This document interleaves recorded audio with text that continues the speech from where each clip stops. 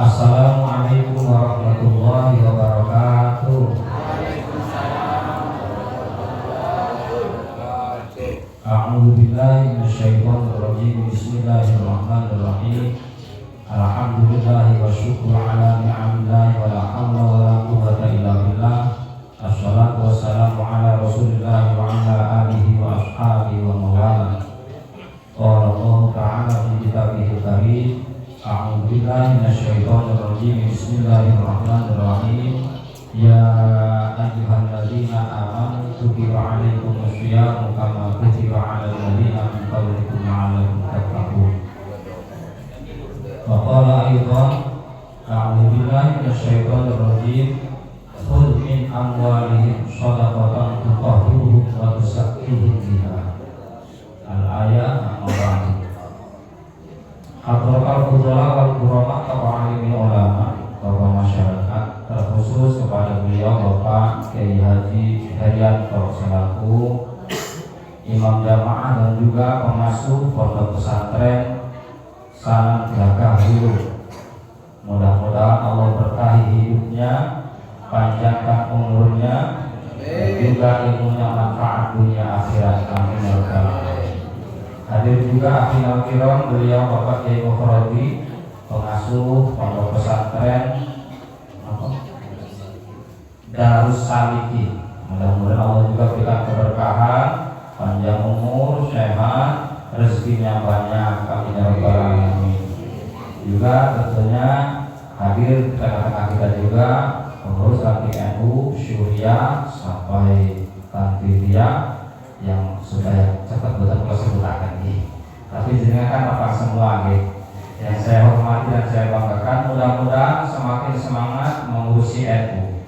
Karena ada jaminan yang mengurusi NU, insya Allah berkah selamat hidupnya, bahkan akhir hayatnya pun husnul khotimah. Amin. Amin.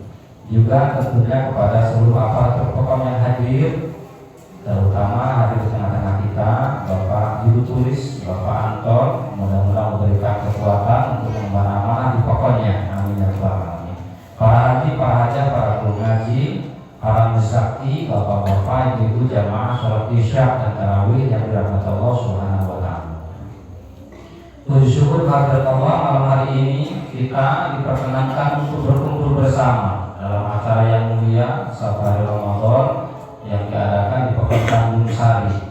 Mudah-mudahan hadir pulau, hadir jenengan sebagai bentuk bahwa kita adalah umat-umat yang bergembira dengan datangnya bulan suci Ramadan, sehingga jasad kita diharamkan dari api neraka. Amin ya rabbal alamin. Salawat salam mudah-mudahan terlimpahkan kepada junjungan agung Nabi besar Muhammad sallallahu alaihi wasallam. Mudah-mudahan pulau jenengan kegoyoan salah syafaat baik di dunia berupa ketetapan iman, ketetapan Islam, ketetapan ihsan, dan juga syafaatul uzma nanti di akhirat ketika menghadap Allah Subhanahu wa taala. Amin ya rabbal alamin. Bapak Ibu yang dirahmati Allah Subhanahu wa taala, niki mungkin materi ini campur-campur. Pulau Kiai Mufradi akan menyampaikan terkait zakat. Karena ini penting. Kalau babakan poso dengan kasih poso betul, kasih poso banget. Berarti kudu ditata sampai orang masak sih. Kasih poso berarti kan kudu disakati. Enggak terdata, ini masalah besar. Berarti apa yang mereka kasih poso. Zakat itu adalah membersihkan. Jadi membersihkan diri maupun membersihkan harta. Ada namanya zakat fitrah dan juga ada namanya zakat mal. Malam hari ini yang dibagikan ini zakatnya zakat mal. Jadi zakat harta benda, para muzaki, orang-orang yang mampu, orang-orang yang kaya.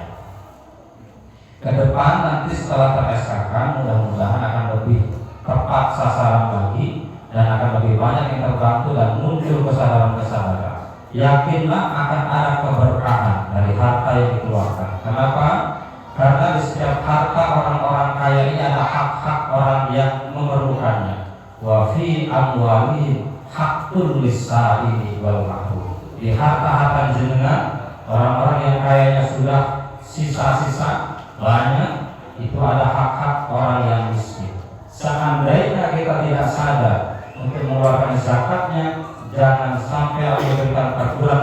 kita, baru kita sadar, oh ternyata Allah berikan ujian, kekayaan kita habis, kekayaan kita sirna karena kita tidak sadar ada pentingnya perhatian kepada orang lain. Bapak Ibu yang dirahmati Allah Subhanahu wa taala. Lalu kenapa sih perlu adanya amil? Nah ini penting ini. Nah orang zakat asal mau, biasanya diantarkan langsung. Lah saya mau zakat kasih asal jalan, saya malas nitip, diantarin langsung. Boleh tidak secara hukum Islam? Boleh. Akan tetapi perkara baik yang tidak dikoordinir, tidak diatur, tidak dibuat sebuah organisasi, nanti hasilnya tidak baik. Nah kalau Sayyidina Ali niku, bahasa Sayyidina Ali itu apa? Al-haqqu bila nidhamin yaghibul batilu binidham. Setiap perkara hak, perkara baik yang tidak diatur, tidak dimanajemen, maka akan terkalahkan oleh perkara yang batil, perkara yang tidak benar, yang diatur dan disusun sedemikian rupa.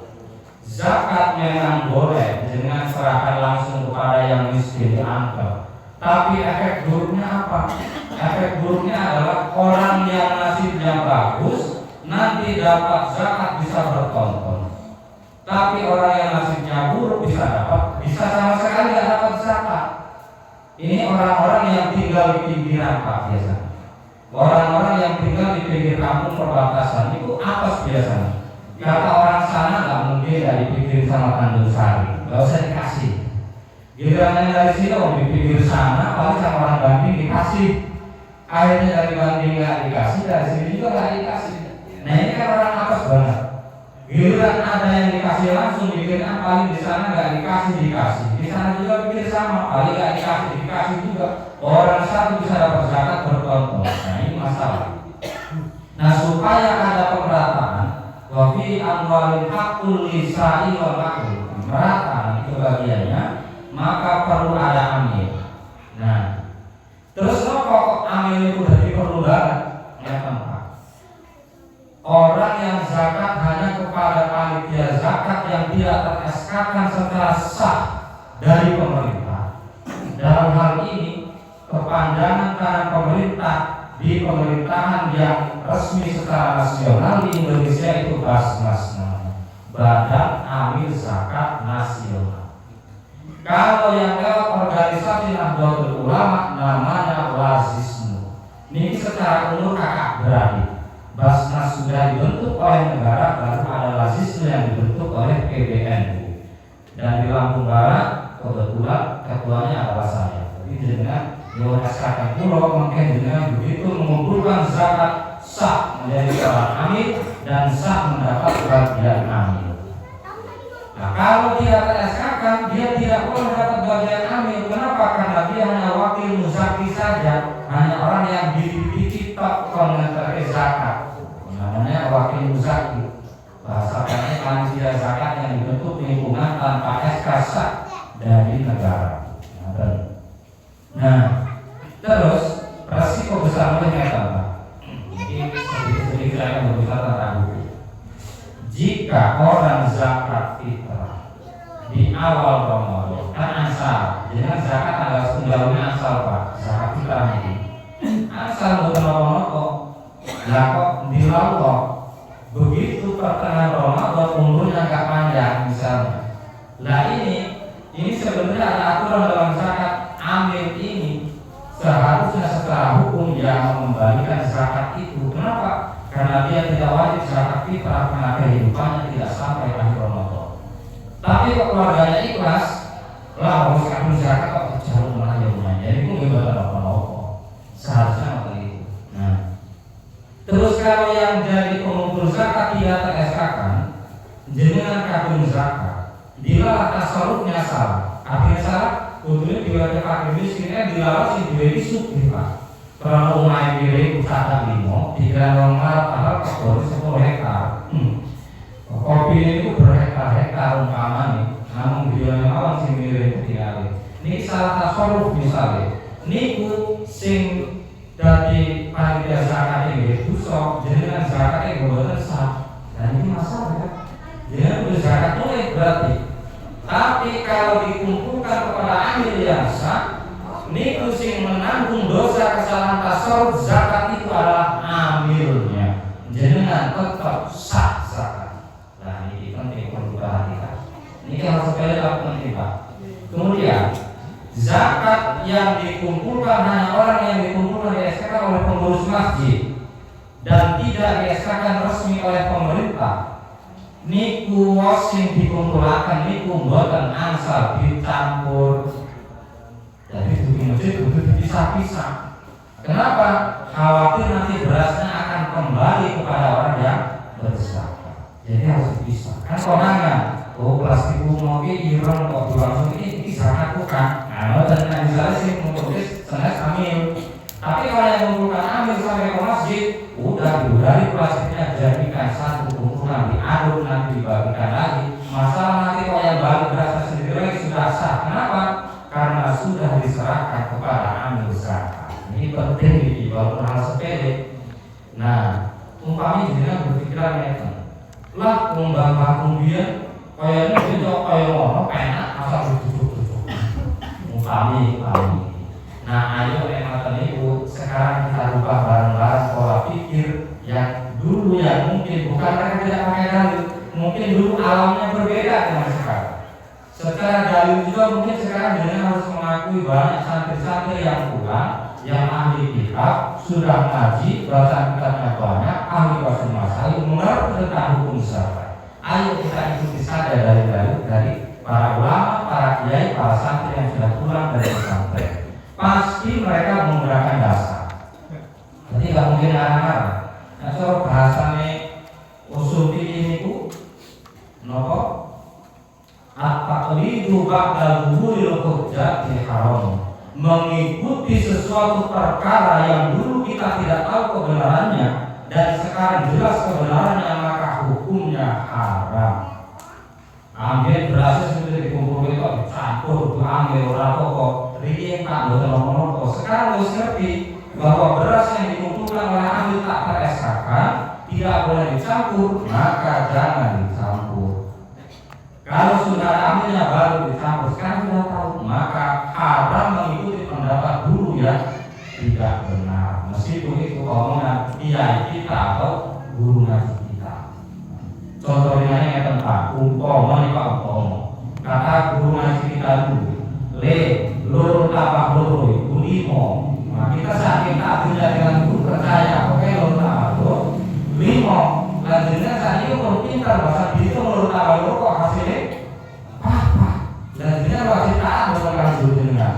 Dia bukan ya tidak taat sama untuk urusan hukum juga. Yang seandainya dulu tidak pakai dasar hukum, sekarang setelah tahu hukumnya ayo dirubah bareng-bareng. Ben kok ben asor zakat yang sesuai tepat. Nah, itu masalah zakat. Jadi penting di kolom merah yang ini panel ini beliau bawa materi yang dibahas kemarin kumpulan amil zakat sebandar negeri Suwo. Nah, kali dengan juga ingin mendengarkan secara langsung hasilnya apa, terus cara zakat kopi bagaimana, cara zakat coklat bagaimana, cara zakat padi bagaimana, zakat warung dagangan kita bagaimana. Kalau kita beli ayam atau beli bebek kemudian dipelihara bertelur, apakah telurnya dizakati atau tidak? Karena yang kita beli ayam masa zakatnya telur. Nah ini kan belum harus tahu kita. Kita kan sekarang mikirnya loh, mungkin usaha untuk dari zakat itu. Kita lihat dulu, kita usahanya apa? Kita nanam padi, zakatnya padi atau telur kan? Padi. Berarti kalau beli ayam pelihara zakatnya telur apa ayam? Nah ini juga perlu dipahami. Ini harus juga ya. Tapi jangan diketahui juga supaya zakat itu tepat sasaran, tepat cara, tepat sesuai aturan syariat. Oke, itu akan kita sekali per 5 tahun. Per 5 tahun dengan nanti ya zakat nanti bisa membatas situasi lingkungan. Ini kalau tak awal tentang ini dengan apa itu pasar beliau ahlinya ambil. Kalau urusan kita bisa lah karena kebiayaan itu. Kewarasan dipilih jadi ketua itu bukan karena punya ilmu dan pintar Pak, karena mau. Jadi kalau itu kurun dia itu belum orang gelem kalau dia ini mengakhiri kita, pokoknya nanti kita dengarkan apa kata dia.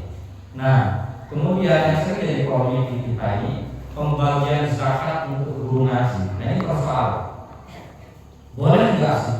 Kalau kata guru kita mungkin dulu mengatakan guru ngaji itu sabilillah, orang yang berjuang di jalan Allah. Marbot masjid berjuang di jalan Allah tanpa marbot masjidnya tidak bersih. Khotib tanpa khotib Jumat tidak sah misalnya kan, sehingga dipikirkan oh mereka ini sabilillah kita zakat. Boleh atau tidak? Ini perlu dikaji juga. Karena membagi 8 asnaf ini perlu pengkajian serius. Ini kan cara Quran kan? Kenapa? Innamas shadaqatu lil fuqara'i wal masakin wal 'amilina wal mu'allafati qulubuhum. Apa itu? Fakir, miskin, amil, mu'allaf. Sekarang ya, 4 ini bisa nggih. Wa fir riqab wal gharimin wa fi sabilillah wa fi sabil fatatnya 8 asnaf napa yang bisa menerima zakat bahasanya mustahik. Mustahik zakat yang 8 itu dibagi 2 Pak. Sing 4 niki misah di sebelah kanan, sing sekarang misah sebelah kiri. Kenapa harus dibagi 2? Karena cara penggunaan zakatnya beda Pak. Kalau yang fakir, miskin, amil sama mu'allaf, fakir niku tiyang napa mboten gadah napa-napa beras, napa sebenarnya apa ya. Nah miskin itu duwe kerjaan, duwe napa-napa tapi mboten nyukupi iku miskin. Amil niku sing ngurusi zakat, mu'allaf niku tiyang sing nembe mlebet Islam. Walaupun suci. Nek cara Sukodowi niku malah mu'allaf itu dibagi jadi 8. Coy Sukodowi tadi dengan keserah Masing-masing ini membuat itu laporan dan secara mazhab tidak, karena mohon maaf secara partai kalau di Indonesia itu partainya PKS negara Indonesia. Yusuf Qaradawi itu menjadi 8 namanya mu'allaf itu orang yang baru masuk Islam. Pertama mu'allaf menurut Yusuf Qaradawi dengan orang ada orang yang terlahir dari rahim Islam, Islam ditahlili, dia diselamati, dijenengi secara marabana. Tapi dari kecil sampai tua belas tahun ibadah. Niku nggih mu'allaf menurut Yusuf Qaradawi. Kenapa? Karena hatinya perlu didorong untuk tunduk kepada Islam. Enten boten nyayaken iki. Wakil. Nah dicobi kok dizakati kok tobat. Niki kan kalau Yusuf Qaradawi dizakati orang kayak ini jangan-jangan dia enggak mau ibadah karena dia merasa enggak ada kebagian program pemerintah. Dizakati. Niku menurut Yusuf Qaradawi. Yang kedua, ada orang benar-benar baru mendekati ingin masuk Islam tapi saya ragu. Dia mu'allaf juga. Wes dekat dengan orang Islam tapi belum mau Islam. Dicoba dizakati siapa tahu dia nanti mau masuk Islam. Itu kalau yang ketiga, orang yang baru masuk Islam dan imannya masih rendah, mu'allaf namanya. Ini perlu didorong supaya ibadahnya itu diberi zakat. Nah ini namanya mu'allaf.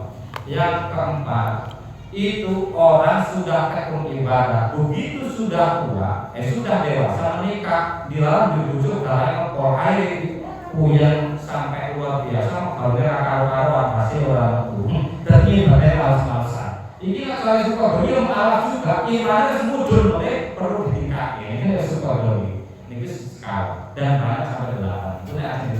Mbok menawarkan dia kali ibadah, nggak tinggi. Lalu tekan itu mulai mati sopi mau nih dicoba. Ini hasil pakai namanya Yusuf Qaradawi ini umpama katanya langsung, tapi nggak harus ini nanti cerita pendapat tentang niki kelola. Nek fakir, miskin, amil dan mu'allaf itu siapa mereka? Mereka adalah orang yang ketika diberi harta zakat oleh muzaki, misal kata sebuah saking amil, betul menjenengan, ini pun jenengan ajeng dimasak seberanten monggo, bernopo ajeng disukai langgam ini monggo, untuk utawa ajeng dengan sate tenwanje ini monggo, atau untuk lebaran aja nanti untuk lebaran monggo, didol untuk merca ini monggo. Ini pusing sekali belum lagi. Yang 4 bagian ini, yang fakir, miskin, amil sama mu'allaf itu punya hak mutlak menggunakan harta zakat bebas untuk apa aja boleh. Nek bisa bawa di monggo. yang kau naikkan purut mas kawin dana zakat lebih umpomo nih. Tapi yang 4 kesini beda Pak. Yang mulai dari nopo kriko, gorin, sabilillah dan ibnu sabil, yang 4 tidak boleh menggunakan harta zakat untuk sembarangan. Harus sesuai dengan nama yang dia terima. Umpomo yang keempat, umpomo. Begitu. Assalamualaikum Pak Karno. Oke. Kulo saking ambil zakat tanggung sari badis. Juga zakat yang si suge niki jatah semua. Terus dia itu tanglet. Pak Karno tanglet. Lah, kulo masuk kategori apa? Jenengan nyuwun sewu nggih wong kula kepikiran tangga cerita dene boten sama jenengan utang sak gudang kuatah. Dados jenengan utang sebagai goreng, Pak. Berarti utangnya akeh nggih. Niku begitu ditampa niku harta zakatnya tidak boleh pakai beli mercon, kudu membayar utang. Karena dia masuk kategori gorim. Rekop seorang hamba sahaya. Kalau di sekarang prakteknya rekop itu menurut ini tapi di buku dan saya itu dari Basnas ini. Rekop menurut Basnas itu orang yang tertahan dari seorang hamba. Misalnya orang merantau ke luar negeri sampai habis visanya sehingga dia mau pulang kampung nggak bisa, dilarang hasil kerjanya elek orang dikasih majikannya. Arpan Solraiso tadi kalau ditahan, maka dia bisa bebas ketika dia punya modal. Ini juga bisa masuk kategori rekop. Ini yang kalau kutip kami tugas. Jadi dikirim aja dari basis Indonesia, kata basis berusaha memerdekakan orang yang misal nggak sengaja mau nggak sengaja mau diantar sama majikannya, kemudian dia melawan sampai nggak sengaja membunuh majikannya. Kan ini penjara atau ini? Untuk membebaskannya perlu harta. Maka di Indonesia lazimnya sering sudah mirip. Nih, sekian puluh juta untuk menebus TKW dari Indonesia supaya bisa pulang. Ini juga bisa masuk kategori rekop.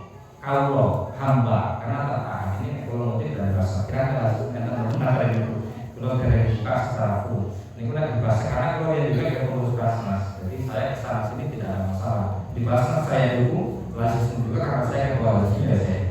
Ini maka harta yang diterima untuk membebaskan dirinya. Dan dia kalau yang nyicil misalnya pastikan itu ya dibebasi orang di hamba saya nek sama nabi dia nek gue bisa bayar aku sekian, maka dia nyicil kita pastikan cicil yo sekian yang dia sampai habis dia bebas. Itu harta mereka. Nah, kemudian dia misalnya sebagai sabilillah, oh guru ngaji dikategorikan sabilillah misalnya, boleh nggak? Ya boleh, tapi syaratnya tapi apa? Syaratnya adalah setiap hari dia hanya sibuk ngurusi santri ora kok bermodal. Perkara kula nek kaji heri bisnis boten. Bisnis boten. Kok dengan zakat Pak Yai ini sabilillah dengan kula zakat ini mau ora sah. Karena kaji heri selain mulana di sektor berbisnis mobil wae, gas wae. Nah, kan? Ya sudah, mungkin dia mau lah. Kan zakat terbatas, bersekian persen ya juga. Boleh mana? Boleh mungkin enggak kodok utangnya kan? Dengan bukti. Makanya dengan senang suka tinggal supir tapi dengan kartu utangnya kata. Kalau kata mungkin sadar kalau ini mau itu. Tapi nek sabilillah nggak bisa. Selain itu sabilillah itu orang yang tidak digaji oleh negara meskipun kecil. Sekarang pemerintah membalaskan kepedulinya kepada guru ngaji, mereka membantu guru ngaji meskipun nilainya tidak besar. Kita 150.000 per bulan dikali sekian bulan misalnya kan. Itu kan sebenarnya mau gaji. Nah yang kayak gini walaupun dia full ngaji orang iso, karena dia sudah menerima bagian dari negara. Dengan full ngaji, pengen oleh zakat mal, pengen oleh zakat, maka dengan ojo nompo zakat gaji dari negara. Lain dia kedua, harta yang diterima atas nama sabilillah, misalnya ini disebut sabilillah ya. Pak Yasir sampai sabilillah zakat. Maka harta yang saya terima harus saya gunakan asalnya untuk kepentingan sabilillah. Angel Pak, belum butuh kapur, ya kayak gitu atau pakai kapur. Angel orang berpesta harus ingat dong, di sabilillah di berpesta. nggak bisa, itu khusus untuk kepentingan sabilillah. Karena sabilillah dulu orang mau pergi berperang, ditanya oleh Nabi perang berapa hari dong? Kira-kira 1 bulan ya Rasul. Maka dari Baitul Mal diambilkan zakat untuk modal 1 bulan berperang. Berarti dia bisa hanya dimakan ketika dia sedang perang kok. Aneh loh. Ibu, berarti waktu sembarangan tadi jujurnya dengan sabilillah berarti masuk masjid tekan rumah bujajan pokoknya percolangan. Wah, tadi tahu itu. Kudu lima butuh saku udah masjid tuh. Apa tuh? Mending ra usah berarti. Wes penake ning fakir miskin mawon, ambil kalian apa nek gori. Ya saya mau lebih kerja. Ada bapak ibu hamba itu rekod nggih. Ada hamba siapa? Orang yang jadi muhibin berat Habib. Itu ya hamba perlu dimerdekakan. Bisa hati.